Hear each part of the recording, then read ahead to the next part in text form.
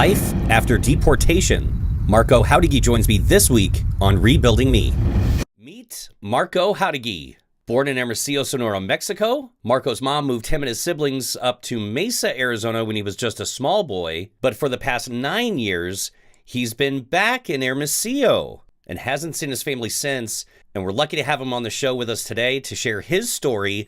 Why don't you share with us, Marco, a little bit about where are you now? What are you doing? What does life look like for Marco today? Well, right now I am in Hermosillo, Sonora, around 6-7 hours from the Nogales southern border. It's the capital of Sonora, so it's a lot of traffic here. It's not a third world country. It's right. It's an actual city where there's a lot of movement. Right now, the biggest things for people who speak English and Spanish is call centers at the moment. Really? So that's why I decided to get into this business since I've been here. I've been here for the past 8.5 years. I'm going for 9 years in August, actually. Wow. Yeah. We're kindred spirits that way, I guess. So we both have a little bit of a call center background. So what are you doing at the center that you're at? What's your role there? My role here is as a trainer, developer / manager. Yeah, I love it, man. Yeah. Now, are you responsible for like rolling out content for the whole center? Are you like managing other trainers? Like what exactly are you doing? What I do right now is I develop the trainings for all the sales campaigns, outbound, inbound, and also on new contracts that they get, on new clients. They test them out with me. I'm the first one on the phones. Before they get any type of contract. So yeah, because you got to do it first. I have to get the numbers before they get the contract. So that's awesome. Very cool. So Hermosillo. Now you're originally from Hermosillo, right? That's where you were born. That is correct. I was born here, 88, 30 years old.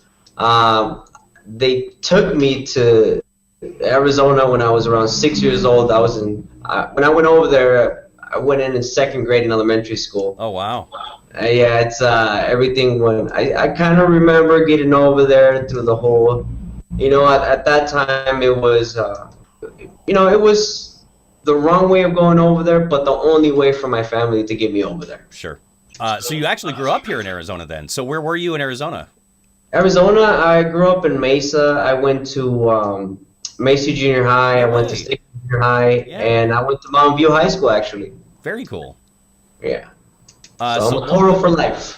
What was that like? So making the transition from, coming up from across the border, what did that look like in the early years? It was my older brother was the first one who left over there. Unfortunately, I didn't grow up with my father. My mom raised 8 of us by herself. So it was my older brother, her, and 7 of us. Wow.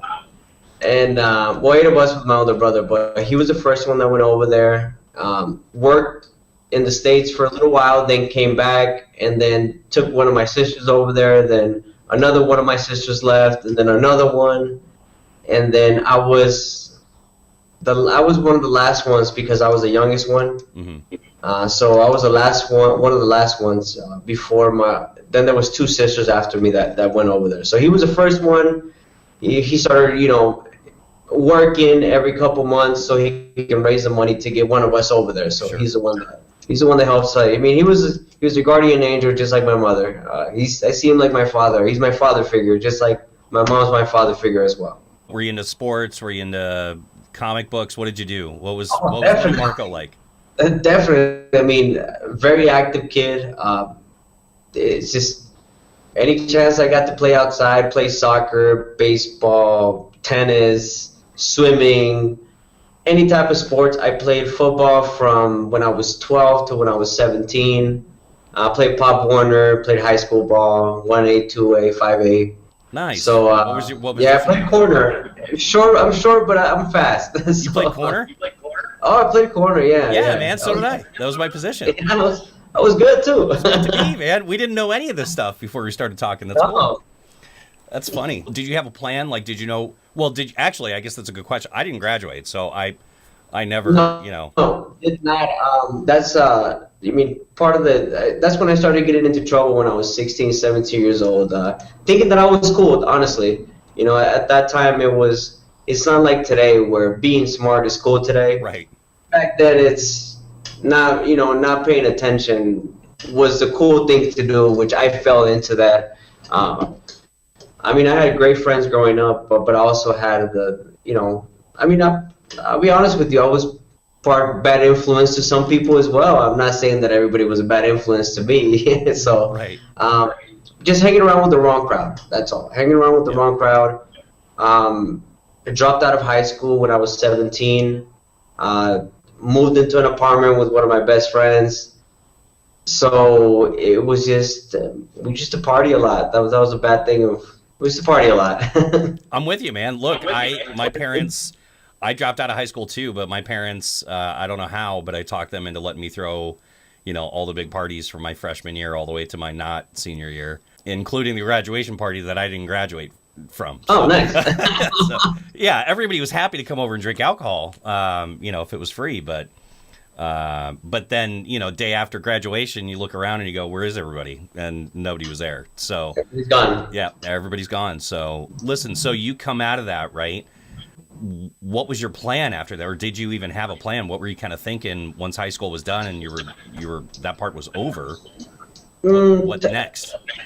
I mean, I had my high school sweetheart, which we got married when I was 18 because I got pulled over when the whole thing with Jauregui was going on in Arizona. So if you didn't have an ID, you would get put into a detention center. I got out on a bond. They let you out for about a year before you have court again with immigration. Within that year, either you get married or you leave the state. So we decided to get married. Again, I was at that point. I thought I was invincible. I thought I was untouchable. So I was like, "Oh, nothing's gonna happen. I'm gonna see what happens, basically." But after that, the year was coming up, and I had a court coming up, and my lawyer, I got a lawyer. He's like, "Hey, man, you gotta get married, or you're gonna be out of here." Right. So we got the wedding together in about 3 days. No kidding. Yeah. All right. Yeah, you do what you got to do. Hustle. Yeah. My sister, she's the one that put everything together for me. So again, I grew up with 5 sisters. I'm the youngest. I'm the baby of the family. So I get a lot of support from them. I still do, and I'm really thankful for that. Even though sometimes I have not been that thankful to them, but I wouldn't be here if it wasn't for them, honestly. When you finally made the decision, we're going to get married, we got to do this, or I'm out of here. What happened after that? Like, did it work? I mean, because you're in Mexico now, so I'm assuming like it didn't stick. I started working at a pizzeria, which at the time was called Ballones, right there on Thomas and Hayden in Scottsdale. Oh, okay, yeah.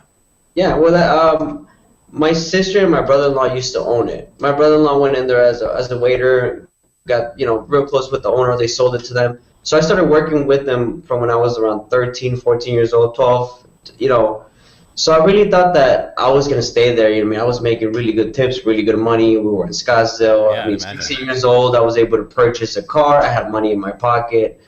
And thinking that I was going to be able to live off of that. Life seems so easy. Yep. To be honest with you. And then, the girl that I married, she's absolutely amazing. She's like, I don't want you to leave. I want you to stay. And as gentlemen, sometimes we take advantage of the girl that's really always there for us. And yeah, and once something happens, it's one of those things that you regret. Yep. And we were married for a while. I think it was around 5 years. And I know it's 5 years, but we lived together. We broke up. We separated. We tried to live back together again. I got, with a different girl, we moved in together. So it's after that, we always had that in the back of our heads until we got to the point where we didn't want to talk. Well, she didn't want to talk to me anymore when I wanted to talk to her. Right. So I messed all that up, which I completely understand that. And yeah. And even after that, when I came over here, I never even got divorced. I just left. I had court in Juarez, thinking that, okay, it's still with that same mindset. Nothing's going to happen. Right. And, I went over there and they just told me, no, it's denied. You have to stay in Mexico. Wow. And that's when it really hit me. And you mean back then, unfortunately, I was really into the whole opioids, Percocets, Vicodin. I'm not proud to say it, but it's honest. It's the honest truth. I started, with a buddy of mine, taking Vicodin here, Vicodin there. Then I started being dependent upon it, and over here it hit me hard because you can't get them over here. It's a lot of people say, oh, the opiates come from Mexico. It's not true. You need 5 doctors' approval before you can get a type of opioid. No kidding. There's heroin, but I'll never do that. So, I mean, that's basically the next step. That's what opioids are. It's heroin in a pill. Yeah. So. So then you were stuck. So you literally are stuck in Mexico. Now you were still married at this point, or you guys were divorced? I was still married, and she was still trying to help me. Actually. Wow. They told me, you can't go back to the United States because once you go through the immigration process, they give you an ID, so you'll be able to at that time, because anybody who got pulled over without an ID, you get detained. Right. So they took my ID away. Like, you can't go back. I was in Juarez, which driving distance around 13 hours from here, if I'm not mistaken. Oh, I've done it. Yeah, that's about that. So I flew from over there over here. The only family that I have here is an uncle of mine, which is my mother's brother. But I never grew up with my family here, so everything was new to me. So I was like, I had a little bit of money saved up. So in my mind, I was like, oh, I'm in Mexico. I'm gonna get a car, party, and still in that mindset. Believe it or not, still in that mindset. From here, I was here for a couple weeks. A friend of mine came from Arizona, and we went to Rocky Point. That was the first time that I went over there, and I swore that I would never go back. It was bad. Yeah, it was bad. I was. That's when I ran out of the pills, the opioids, and I was just withdrawing in a bathroom for about a week. Wow. Just throwing up, man. It's one of the worst experiences that I have ever gone through. The worst. Just plain. I would never wish that upon anybody, and it made me learn not to ever take those again, or anything like that again. Did you just quit? Like, you just stopped doing it? Like, did you just have an epiphany moment of, man, I gotta change something? It was. I remember we had my buddy that came over here. He brought, I think it was like 25 to 30 of the pills that he used to take them himself.